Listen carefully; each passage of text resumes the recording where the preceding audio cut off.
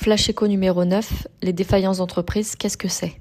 Lorsqu'une entreprise rencontre des difficultés financières importantes, plusieurs accompagnements et procédures collectives peuvent être engagés dans diverses instances et principalement au tribunal de commerce. L'objectif, soit préserver l'activité, soit organiser son redressement ou retournement, soit en dernier recours mettre fin à l'entreprise de manière encadrée et accompagnée. En France, ces procédures sont réglementées afin de protéger à la fois l'entreprise, les salariés et les créanciers.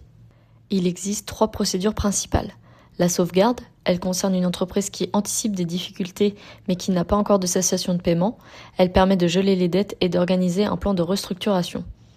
Le redressement judiciaire, il intervient lorsque l'entreprise est en cessation de paiement mais qu'un redressement reste envisageable.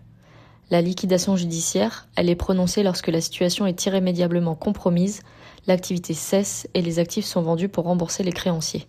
Selon la Banque de France en 2025, 68 564 procédures collectives ont été ouvertes en France, un niveau historiquement élevé, directement lié au contexte économique très incertain.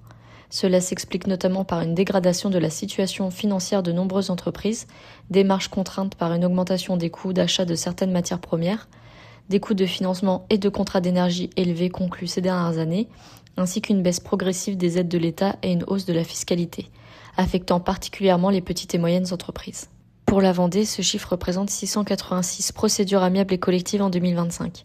D'après les données officielles régionales pour toute la région Pays de la Loire dont fait partie la Vendée, il y a eu 3263 défaillances d'entreprises en 2025, une hausse régionale de plus de 20% par rapport à 2024.